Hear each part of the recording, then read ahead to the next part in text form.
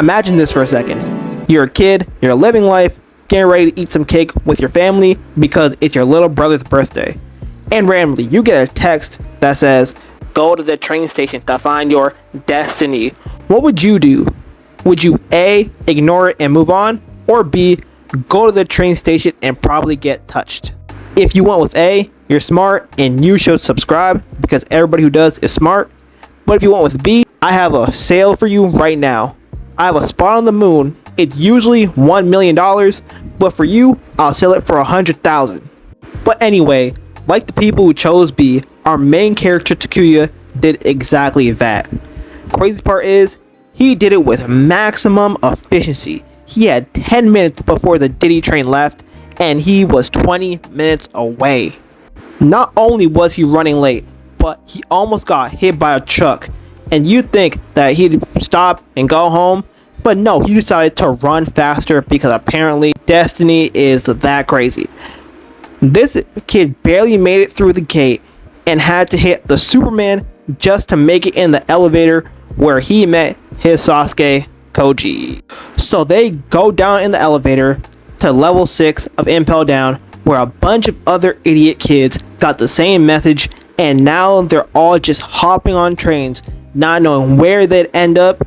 They could probably end up in Chicago or a billionaire island, but either way, why are you here?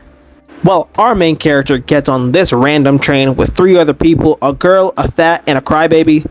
The train keeps going, and at some point, their phones turn into what I think are some of the coolest Digivices in all of Digimon, right after the ones in Data Squad.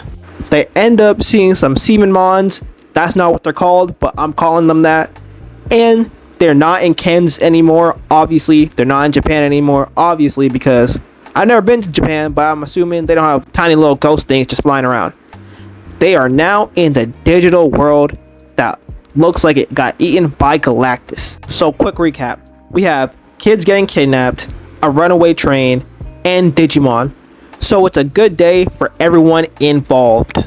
And when they got to the digital train station, they were greeted by some demonic looking balls, and before they could even register what in the world is going on, the trainmon they were on just chucked them out and left them to rot. After this, some foolishness happened, and the crybaby Tommy decided to be like the Flying Graysons and balance on the train track over a bottomless pit.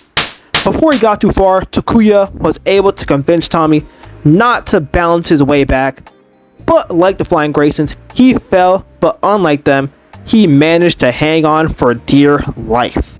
Because he wants to be a good guy, Takuya decided to try to get Tommy, but before he could even try, a Cerberus started burning down the city, and when he saw Takuya, he said, "Oh yeah, I'ma need that stove." So to avoid being barbecued, Takuya decided to jump on the train track with Tommy and 2 random Digimon, Pokémon and Nemon.